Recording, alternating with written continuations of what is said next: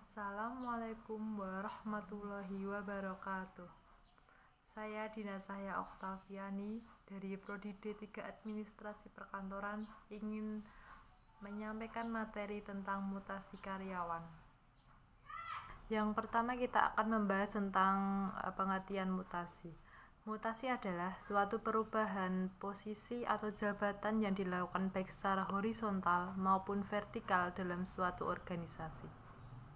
Selanjutnya kita akan membahas tentang tujuan mutasi. Tujuan mutasi yang pertama untuk meningkatkan produktivitas kerja karyawan. Yang kedua untuk menciptakan keseimbangan antara tenaga kerja dengan komposisi pekerjaan atau jabatan. Yang ketiga untuk memperluas atau menambah pengetahuan karyawan. Yang keempat untuk menghilangkan rasa bosan terhadap pekerjaannya. Yang kelima untuk memberikan rangsangan agar karyawan mau berupaya meningkatkan karir yang lebih tinggi. Tujuan mutasi yang keenam yaitu untuk pelaksanaan hukuman atau sanksi atas pelanggaran yang dilakukannya. Tujuan yang ketujuh untuk memberikan pengakuan dan imbalan terhadap prestasinya. Yang kedelapan, alat pendorong agar spirit kerja meningkat melalui persaingan terbuka. Tujuan yang ke-9 yaitu untuk tindakan pengamanan yang lebih baik. Yang ke-10 untuk menyesuaikan pekerjaan dengan kondisi fisik karyawan. Dan tujuan yang ke-11 yaitu untuk mengatasi perselisihan antar sesama karyawan.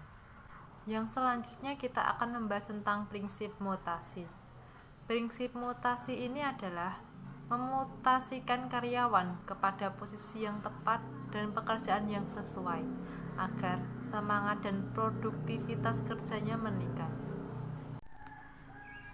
Yang selanjutnya kita akan membahas tentang dasar mutasi. Dasar mutasi ini ada 3. Yang pertama ada merit system. Merit system adalah mutasi karyawan yang didasarkan atas landasan yang bersifat ilmiah, objektif, dan prestasi kerja. Yang kedua ada seniority system. Seniority system adalah mutasi yang didasarkan atas landasan masa kerja, usia, pengalaman kerja dari karyawan yang bersangkutan. Yang ketiga ada spoil system. Adalah mutasi yang didasarkan atas landasan kekeluargaan.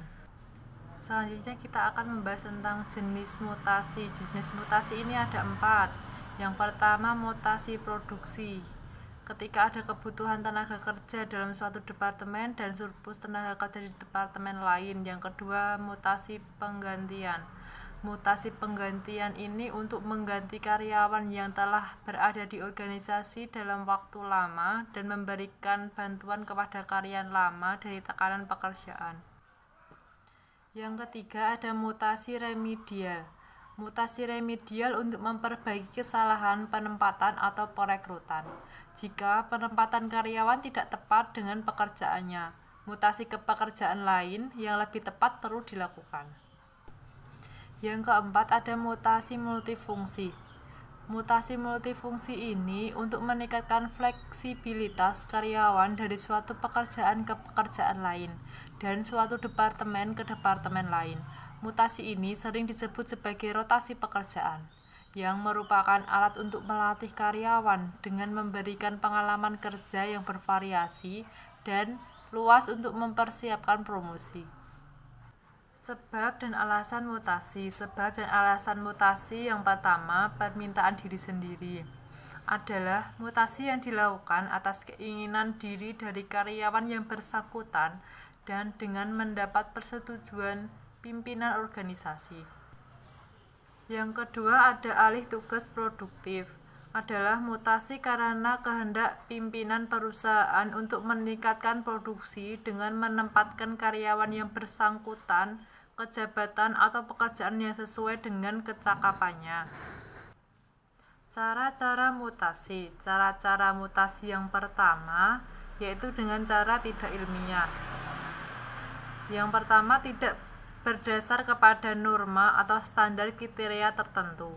Yang kedua, berorientasi semata-mata pada masa kerja ataupun ijazah tanpa melihat prestasi atau faktor-faktor yang real. Yang ketiga, berorientasi pada banyak anggaran yang tersedia, bukan atas kebutuhan real karyawan. Yang keempat, berdasarkan spoil system. Cara yang kedua yaitu cara ilmiah. Yang pertama, berdasarkan kepada norma atau standar kriteria tertentu. Yang kedua, berorientasi pada formasi real kepegawaian.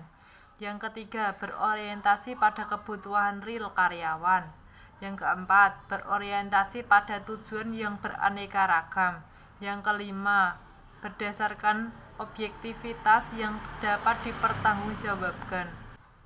Yang selanjutnya kita akan membahas tentang ruang lingkup mutasi. Ruang lingkup mutasi mencakup semua perubahan posisi, baik secara horizontal maupun vertikal yang dilakukan karena alasan personal transfer ataupun production transfer di dalam suatu organisasi. Mutasi ini merupakan penempatan kembali karyawan ke posisi yang baru, sehingga kemampuan dan kecakapan kerjanya semakin baik. Mencakup mutasi secara horizontal maupun secara vertikal. Mutasi horizontal mencakup mutasi tempat dan mutasi jabatan. Mutasi tempat, perubahan tempat kerja tetapi tanpa perubahan jabatan. Sebabnya adalah karena merasa bosan atau tidak cocok. Yang mutasi jabatan ini perubahan jabatan atau penempatan pada posisi semula. Ruang lingkup mutasi yang kedua yaitu mutasi vertikal. Perubahan jabatan, promosi atau demosi sehingga kewajiban dan kekuasaannya juga berubah. Promosi memperbesar authority dan responsibility, sedangkan demosi menguranginya. Sekian materi yang dapat saya sampaikan. Ada kurang lebihnya saya mohon maaf. Terima kasih atas perhatiannya. Wassalamualaikum warahmatullahi wabarakatuh.